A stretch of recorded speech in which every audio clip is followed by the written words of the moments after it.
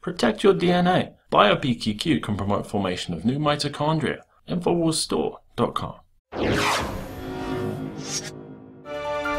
The thought of a Trump presidency seemed unimaginable just a few months ago. But now that it's kind of getting clear that he's going to be the GOP candidate, a lot of people are freaking out and they're going to do whatever it takes to take Trump down. So obviously we know they're planning the biggest protest across the nation. Now we've got some leftists planning on doing a Trump Tower rally protest there. They're going to protest the fascist Republican frontrunner. This is according to their Facebook page. They're saying Donald J. Trump has made headlines in recent months with his divisive rhetoric, hate speech, and extremist plans to make America great again. Such an extremist. And so, of course, they say that his policies threaten many of us in the Black, Latino, LGBT, Muslim, and other communities. Now, someone on their Facebook page, Deborah Capistran, responded on the Facebook page and said, Trump has never said one thing against the Black community. Instead, he talks about how lack of jobs and illegal immigration are hurting Black communities and Black youth the most, how he wants to bring prosperity to all Americans. But again, facts do not matter. But it's not only these leftist fascists that are going to be protesting outside the Trump Tower, probably with fascist tactics, including threatening speech, rock throwing, the usual. But it's also the communist Chinese government. They're calling Trump a racist clown and, of course, comparing him to Hitler. This is in an editorial in the Global Times newspaper. At first, they say, it was really funny when Trump first came out parading as a clown because he was going to divide the GOP. But now they're actually going on this full offensive, saying he's been called another Benito Mussolini or Adolf Hitler by some Western media. And they talk about how Mussolini and Hitler both came to power through elections, a heavy lesson for Western democracy. So now the state media is using Trump to declare that democracy is dangerous because they're saying, see how dangerous it is that a person like him could become elected if you have this democratic system. Well, the joke's on you because according to the establishment GOP, our votes don't even matter. We don't get to decide who's the president. Now, we reported about this on Monday. These are remarks made by Curly Haugland. He's of the Republican National Committee. He said the delegates are going to vote according to their own personal choice in all matters to come. And yesterday he doubled down on that, saying voters are irrelevant when it comes to selecting a candidate for the presidential nomination. He said the media has created this perception that the voters choose the nomination, and that's the conflict here. So, of course, they're setting the stage for a contested convention where someone like a Mitt Romney or even Jeb Bush can be rolled out as the GOP contender there. And Roger Stone joined the Alex Jones show today to talk about just how the establishment elite GOP, this whole group, is going to rob Donald Trump of the presidency, and we will not be able to stop them. So take a look.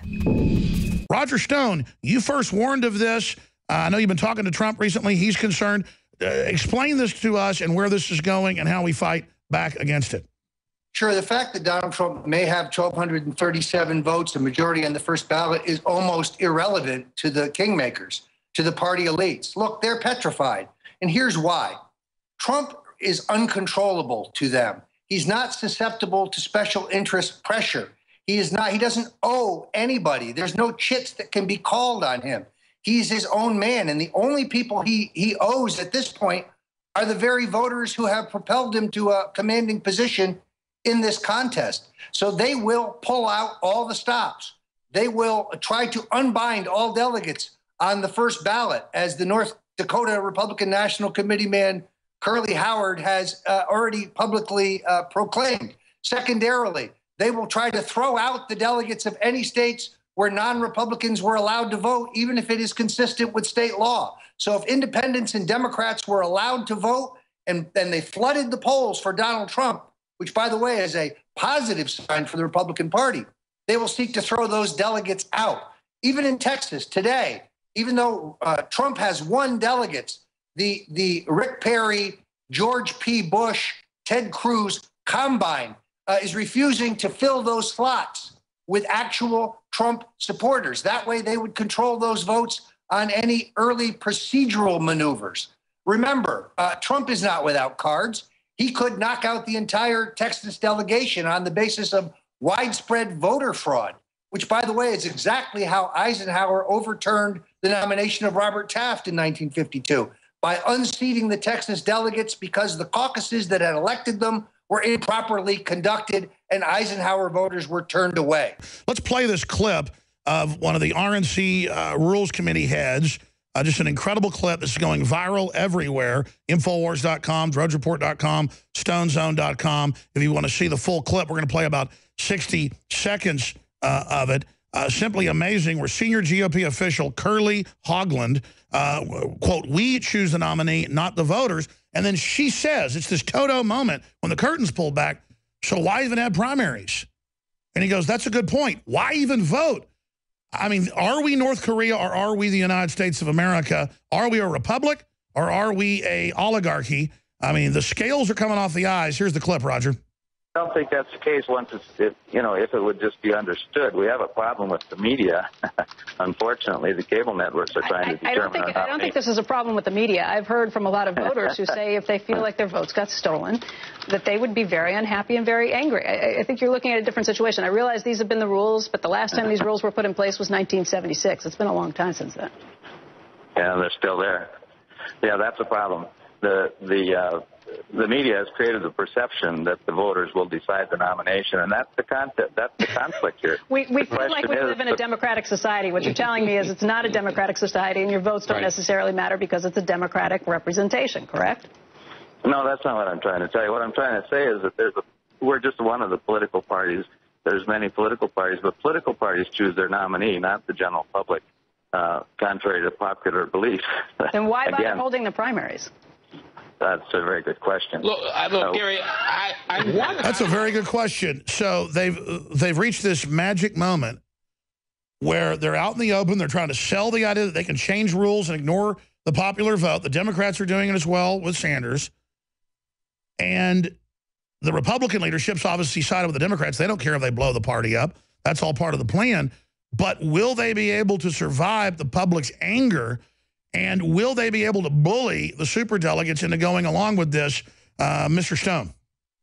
Well, look, it's not over till it's over. There's a substantial number of veterans of the Reagan 76 campaign, veterans of the Ron Paul wars, veterans even of the Goldwater campaign who are going to be rallying.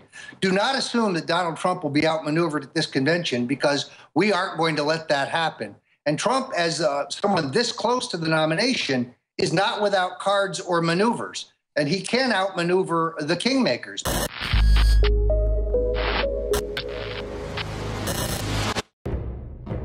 Thousands of years ago, there was a basic form of chivalry. Our ancestors would hear the drums of war, giving the warriors of the tribe a chance to organize and prepare a defense.